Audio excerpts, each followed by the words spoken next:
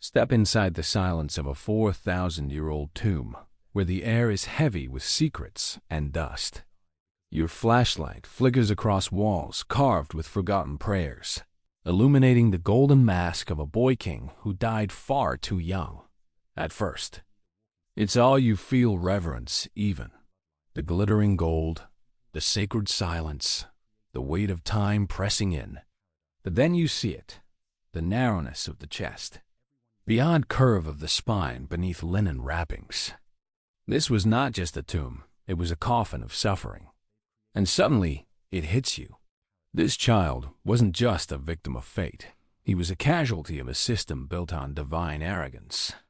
He died not from war, not from famine, but from the choices of a lineage obsessed with purity. His parents were siblings. So were his grandparents. His entire bloodline was a closed loop of genetic decay, masquerading as sacred tradition. Every cell in his body carried the legacy of royal obsession. Imagine growing up in a palace where you're told you're a living god, but your legs can barely carry you. Your back aches before you've reached manhood, and your very breath feels like punishment.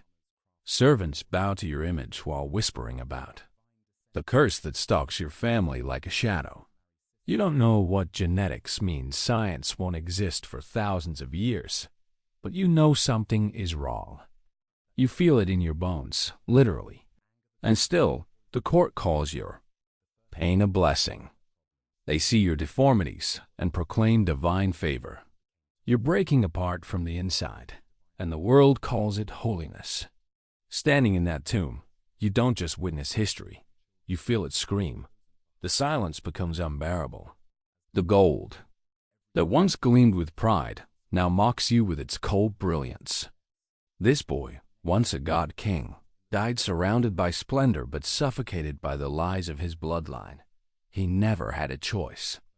His death wasn't destiny. It was the inevitable result of centuries of decisions made in the name of power and purity. And here, in the stillness of his final resting place, beneath the mask that once symbolized eternal divinity, all that remains is the truth.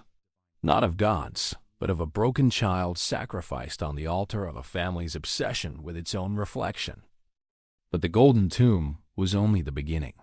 To truly understand this tragedy, we must go back to the first spark that lit the fire of destruction. The ancient Egyptians didn't set out to doom their children. They believed they were protecting something sacred. To them, the blood of the pharaohs was not merely royal, it was divine. It flowed with the essence of the gods, a celestial river that must never be polluted by mortal blood. So when the first pharaoh looked into the eyes of his sister and declared her as queen, it wasn't seen as perverse, it was celebrated. The priests nodded, the nobles approved. A god must marry a god. Who better than his own flesh and blood? No one asked what their children might become. This was the moment where faith turned into fanaticism. What started as spiritual devotion became a cultural dogma, carved into the very bones of their civilization. Siblings were raised not just to rule together, but to reproduce together. They were told that to love anyone else was treason against the gods. Each new generation was bound tighter in this web of belief, taught that mixing their bloodline was blasphemy, that every deformity was a sign of favor, not a warning. As the centuries passed, the signs multiplied. A misshapen jaw, a twisted foot, a child who didn't live past infancy. But instead of questioning their traditions, they clung to them with greater zeal.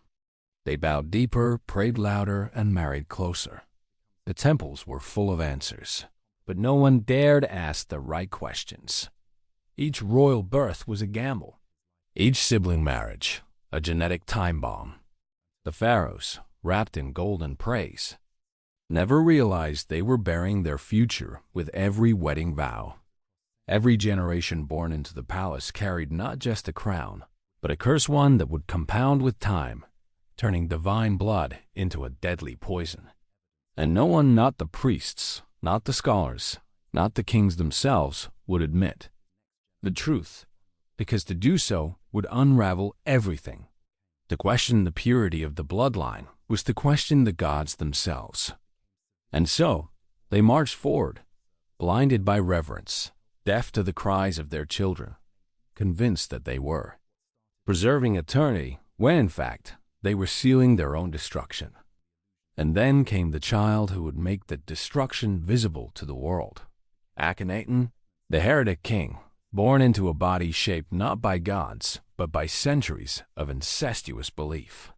From the moment of his birth, it was clear something was wrong. His skull stretched unnaturally long, his limbs too thin, his hips curved like a woman's, and his chest bore the softness of breasts. The palace doctors whispered, servants looked away, but no one dared name the truth. How could they? This was the son of gods, the heir to divinity. To question his form was to question the heavens. And so, they did what Egyptians had always done. They rewrote the meaning of suffering. His deformities were framed as signs of celestial favor. The gods, they said, had marked him specially, but Akhenaten saw the lie. He looked at his reflection and found no gods staring back, only a broken boy in golden sandals. And when he became pharaoh, he did the unthinkable. He told the truth with paint and stone. He commanded artists to depict the royal family not as just flawless icons, but as they truly were: elongated heads, sagging stomachs, strange proportions. No more chiseling perfection into the temple walls. He had lived the cost of denial and would not hide it anymore. The art of his reign shocks us even today, not for its beauty, but for its brutal honesty. These weren't stylized flourishes. They were medical symptoms chiseled into eternity. Akhenaten didn't stop at art. In a move born perhaps of desperation, he rejected the gods of his ancestors altogether and replaced them with one, the sun disk. Maybe he hoped a new god would offer what the old ones never could: mercy. He abandoned Thebes, the center of power, and built a new city in the desert, isolating his court even further, entrenching the very genetics he unknowingly tried to escape. His revolution wasn't just spiritual, it was personal, physical, tragic. He was a man trying to redefine what it meant to be divine in a body that betrayed him every day. But truth, no matter how brave, cannot undo biology. The deformities lived on in his daughters, in his sons, in the cursed silence of his city. And when he died, so too did his brief rebellion against the gods, and against the bloodline that had already doomed him. But Akhenaten's death did not end the curse.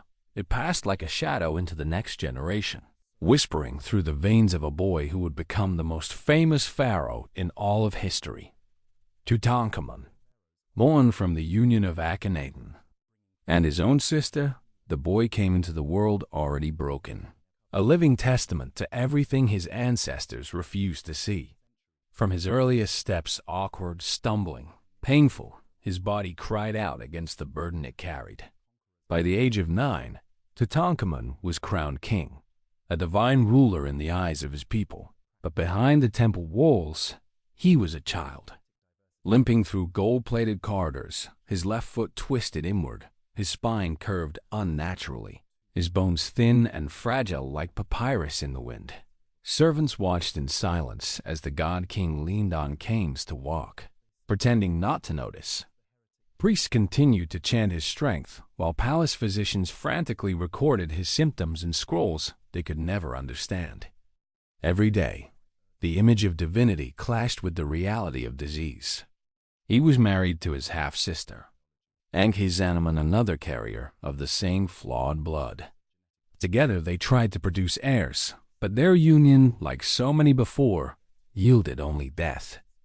Two tiny mummies, buried with care and grief, tell a story of lives that never had a chance. The tragedy of Tutankhamun wasn't just in his suffering, it was in the grand illusion that surrounded it. His tomb, when discovered thousands of years later, overflowed with gold and glory. But beneath the mask, beneath the ornaments, was a fragile boy who struggled to sit upright on his throne. Over 130 walking sticks were buried with him not as royal symbols, but as the tools he needed, simply to move. He died at just 19, a simple malaria infection claiming his life because his immune system, shattered by generations of inbreeding, couldn't fight back. And so, the God King became a symbol of a dynasty's failure, not a conqueror, not a builder, but a warning. His tomb may have remained untouched for millennia, but the real treasure it preserved was the truth. Divine bloodlines built on isolation will always collapse under their own weight. In death, the boy king finally told the story no one dared speak in life. But even Tutankhamun's tragic death, so well documented, so clearly the result of genetic collapse, was not enough to stop the cycle. You would think the golden tomb, the walking sticks, the dead infants would serve as an eternal warning. And yet, centuries later, when Egypt fell to foreign hands, its new conquerors looked not at the pain etched into royal bones, but at the gold and the power. In 323 BCE, after Alexander the Great's sudden death, his ambitious general, Ptolemy, seized Egypt for himself. Standing beneath the towering temples of Luxor, reading ancient hieroglyphs that depicted god kings marrying their sisters, he made a catastrophic choice. He didn't understand the tragedy hidden in those painted walls. He saw only the illusion, power sustained through purity. And so, the Ptolemaic dynasty was born not just in conquest, but in imitation. These new rulers were not Egyptian by blood. They were Macedonian Greeks, foreigners in the land they now controlled. But they knew the people revered the traditions of divine kingship. So to legitimize their rule, they didn't just wear the crowns, they adopted the curse. Brothers married sisters, every generation, without exception. What had once been religious devotion became cold political strategy. Children were no longer heirs. They were experiments in preserving power through genetic isolation. For 300 years, the Ptolemies continued what Egypt's pharaohs had begun, a closed loop of blood that twisted tighter with every royal birth dot in the palace halls. Children grew up not just as siblings, but as future spouses, raised with the crushing knowledge that their love, their future, their very bodies were not their own. The Ptolemies perfected this dark science. Their family tree became a hall of mirrors, same names, same faces, same flaws, repeating endlessly. By the end, it was a dynasty built on genetic ruins, its beauty sculpted in stone, its suffering buried beneath silence. And from this lineage came one final queen, the last pharaoh Cleopatra. History remembers her as a legendary beauty, but after 250 years of incest, the truth was likely far less romantic. Her real weapon wasn't seduction, it was intellect. And she would need every ounce of it to navigate the deadly game of empires. Because by the time she wore the crown, the blood in her veins was no longer divine. It was damaged beyond repair, a legacy of choices made by men who mistook destruction for destiny. Cleopatra's death may have marked the fall of Egypt's last dynasty, but the tragedy didn't begin or end with her. The true horror of this legacy lies not in a single family or era, but in the repeating pattern that echoed through millennia. Egypt's obsession with bloodline purity was not a one-time mistake. It was a cycle, a loop of arrogance and blindness, rising and falling like the Nile, destroying one dynasty after another. Time and again, when foreign queens married into the royal line or alliances brought new blood, the kingdom flourished. Healthy children were born. Lifespans increased. Rulers stood tall and ruled with clarity. And just when Egypt began to thrive, the old fear returned. Fear of dilution. Fear of losing divine identity. And so, the door slammed shut once more. What followed was always the same. Royal children born with misshapen skulls, collapsed lungs, or spines twisted like dried reeds. Babies who never took their first breath. Kings who died before they could walk unaided. And each time, the priests whispered comfort.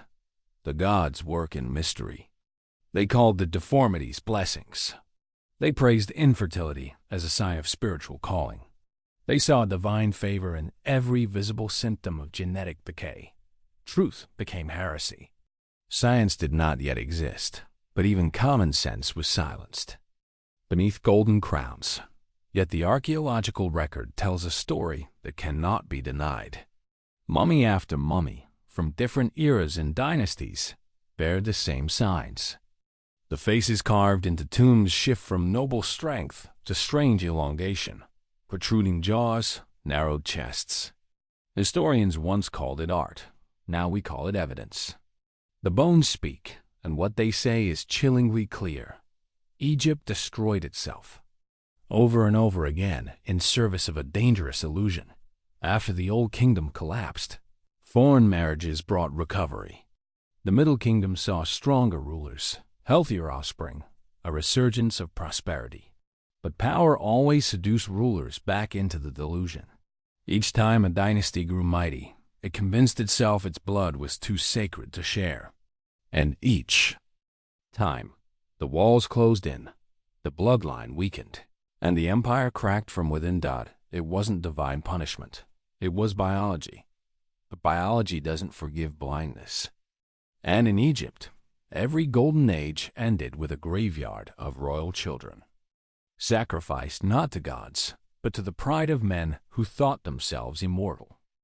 Behind the towering columns and golden masks, far from the public rituals and carefully carved propaganda, lay the quiet agony that no scroll recorded the human cost of royal purity.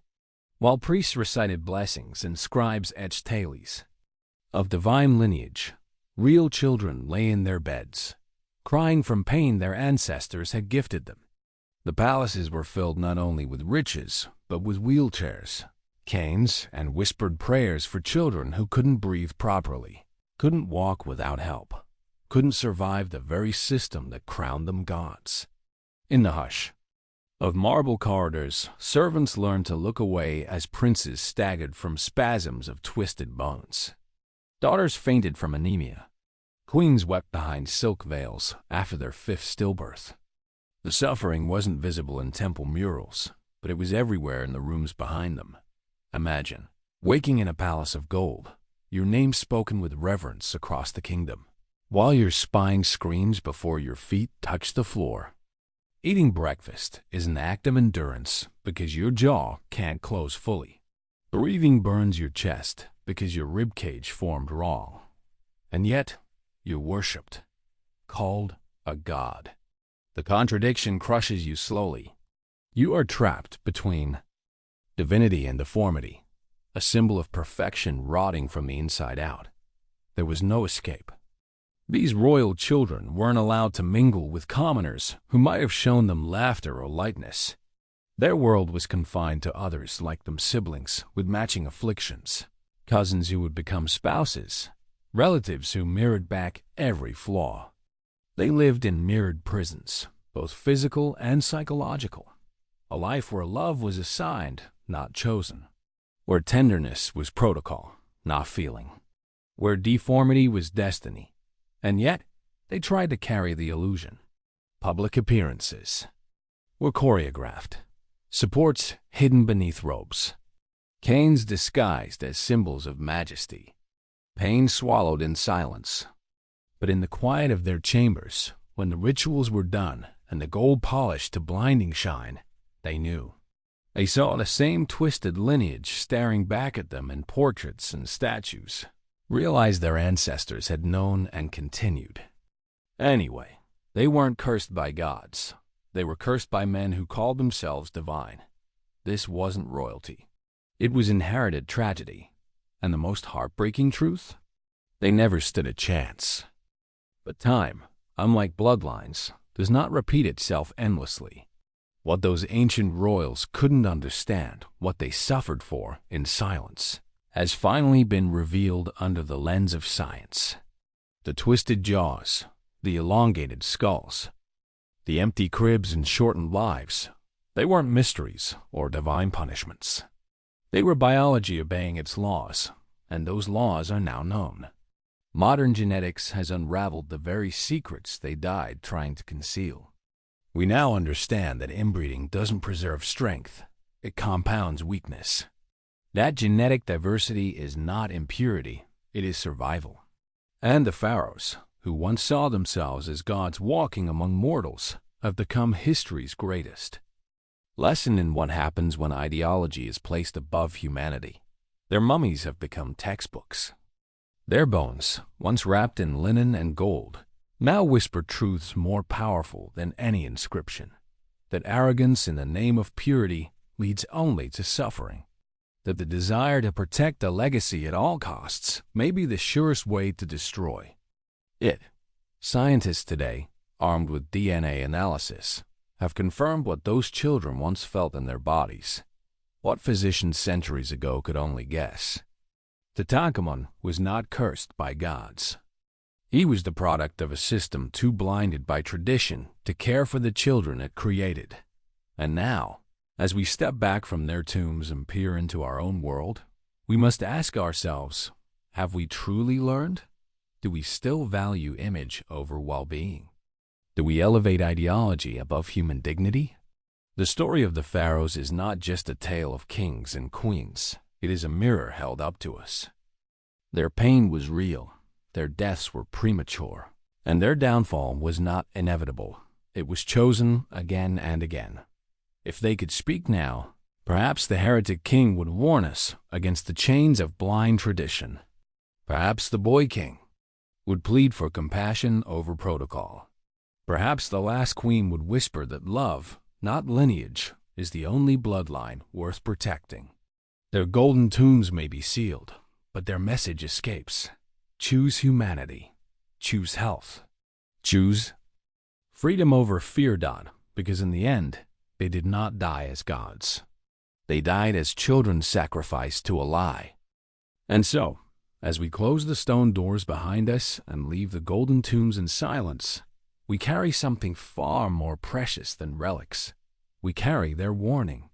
These were not just kings and queens, but sons and daughters, fragile souls caught in a cycle they could never escape.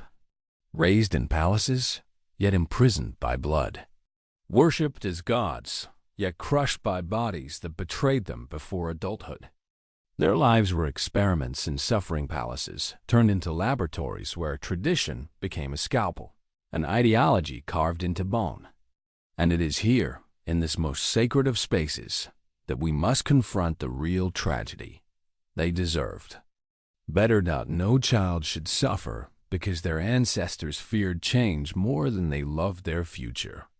No daughter should be born just to marry her brother and lose 5 children before retreating into silence. No boy should learn to sit on a golden throne while leaning on a cane at 9 years old. The pain behind the titles, the rituals, the art, it was always there, hiding behind ceremony. And for generations, they called it divine. They called it fate, but it wasn't. It was preventable. It was willful ignorance passed down like a crown. The murals lied. The monuments boasted. But the mummies told the truth. The same elongated skulls, the same bent spines, the same failed hearts generation after generation. We often look at these ancient rulers with awe, marveling at their power, their temples, their treasures. But we must also look with compassion, because once the gold fades, what remains are the stories of children who never got to run freely, mothers who buried baby after baby, men who ruled nations yet could not walk unaided. And as we return to our modern lives, standing in the light of science and reason, we are now the keepers of that truth.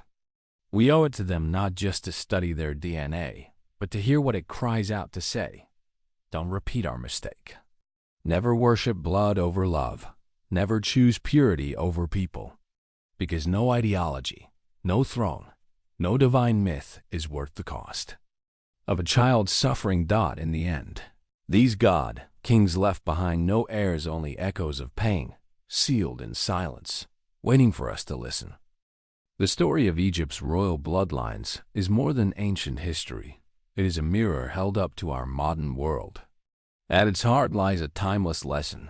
When tradition becomes unquestioned and ideology is placed above compassion, human lives suffer. The pharaohs believed they were preserving something sacred, but in truth, they were sacrificing generation after generation to a myth. Their obsession with purity, legacy, and divine identity blinded them to the suffering of their own children. And while we may not live in palaces or call ourselves gods, we still face the same temptation to cling to outdated beliefs, to value image over well-being, and to let fear of change override what is humane. Their legacy teaches us that diversity is strength, not contamination. Whether in genetics, culture, thought, or community openness leads to resilience. Isolation, whether physical, ideological, or emotional, breeds fragility and decay. When we exclude others, when we close ourselves off to difference, we risk repeating the same patterns of damage. We may not see it in bone deformities, but we will feel it in broken relationships, lost potential, and suffering left unseen. The pharaohs remind us that true power does not come from maintaining control. It comes from choosing compassion, from protecting the vulnerable, from questioning harmful traditions, no matter how sacred they seem. Their tombs were lined with gold, but their bodies were shaped by pain. If we are to honor their memory, let it be by listening to what their silence finally reveals. Choose love over lineage, humanity over pride, and progress over fear. We do not need to be gods to build legacies that last. We only need to be human and to care enough to break the cycle.